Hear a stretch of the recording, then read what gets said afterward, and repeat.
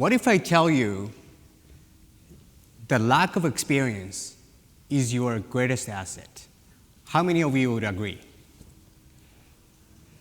As a startup founder myself, I would like to share my belief that the lack of experience, in other words, inexperience, can really be powerful and a source of superpower of first-time startup founders. And yes, we are grown and taught that knowledge and experience is a power, but at the same time, there are certain things that would not become possible without the power of inexperience.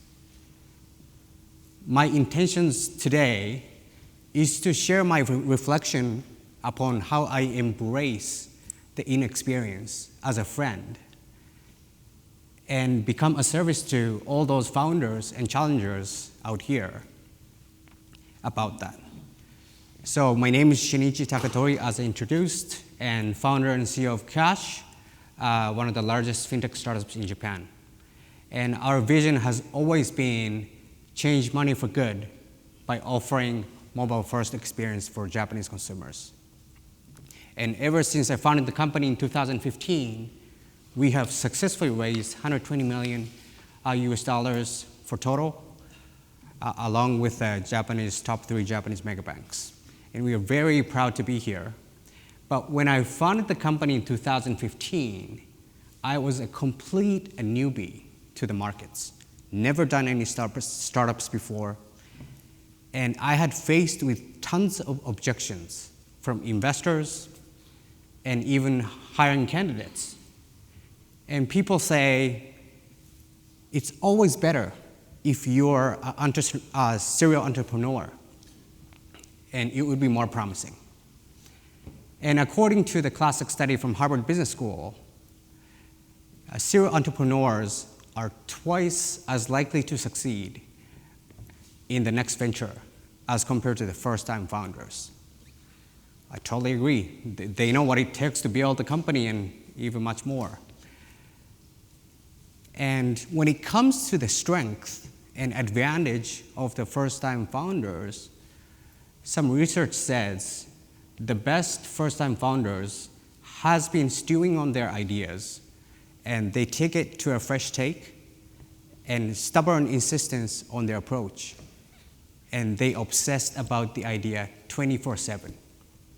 It almost sounds like a new human species.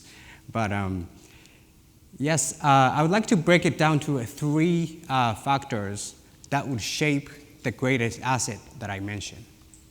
So number one is the pure foundation. So a lot of startup founders start the company with the pure intentions to serve the world and set the very strong purpose about their journey. And I think the foundation is very important. And I think I still remember the day when I decided to suspend our B2B business and completely focus on our B2C businesses. It was one of the hardest decisions that I've ever made in a country's history. And ever since the launch of this B2B business, it was very attracted, and a lot of demands are coming from the industry. So it was very obvious this B2B side of business was more promising in terms of revenue and profit as compared to bleeding B2C products at the time.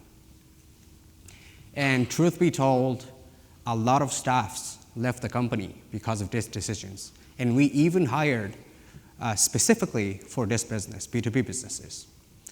Why did we do that? And it was based on and because of this pure foundation of the company. We found it difficult to serve our purpose through our B2B business at the time. So we decided.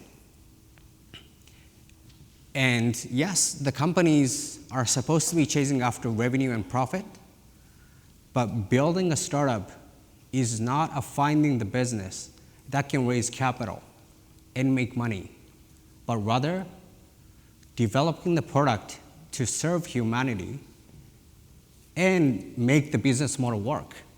So there's no way the other way around. That has to be the way that it is, and I believe so.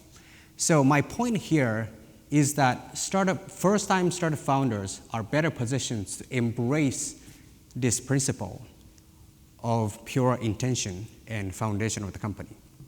Number 2, challenger mindset. And founders don't usually know what to do, especially early days of their foundation. And it was exactly like me. And so we need to be creative, and we have to be. And it was because of my and also team's ignorance in a positive way or inexperience. We could build a full stack banking system from ground up for the first time in Japan, if not the world. And we actually didn't know what it takes to build this entire system. And if we listen to too much naysayers, there's no way we could have built this. And even industry experts told us at the time, it's not a startup that can build this system. And you would require 1,000 engineers working on it for 7 to 10 years. So basically the message was, you gotta be crazy, and you don't get this. In reality, we did that. We did that with a handful of capable engineers within 2 years. Why could we do that? And just because this challenger mindset brought us a very creative way to tackle that. What if we could do this and that? Then we could provide this. And what really needs to be built for us to respond to this payment request?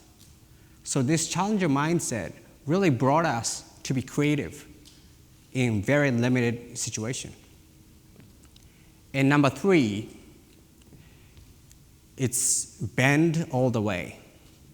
Founders work day and night, and it's not about the hours we work, but founders make sure to leave no stones unturned. And we don't know where to stop and what is enough. So we are scared, and it was like me, even scared even now. And in my case, I have done literally everything I could do. And that is why I did some crazy stuff.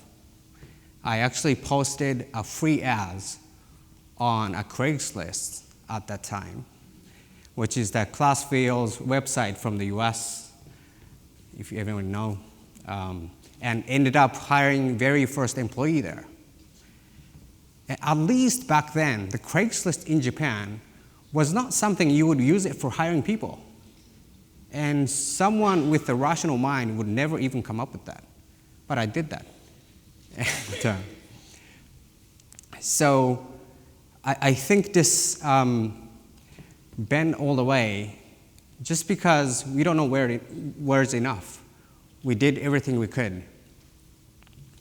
And fun fact is that I've actually met the venture capitalist in Silicon Valley who is rather interested in meeting with the first-time founders due to their ridiculous ambition and also learning animal attitudes.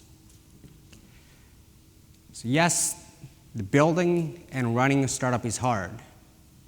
It's almost like working hours and hours in the darkness. But because of this darkness, I could be hopeful for the future. If I knew things up next, it would feel a long, long marathon. I would never be able to catch up. And I think we are surrounded by all the tips today, how to do better, the rational ways for success if you go onto the Google or even ChatGPT. But if this knowing becomes the constraints of doing things, then that would become rather one's weakness. And that's purely why I strongly believe the lack of experience or inexperience could be a superpower and the greatest asset. My intention today, I wish that the challengers out there, they would continue their journey without feeling disadvantaged of not having a prior experience. Thank you very much for listening.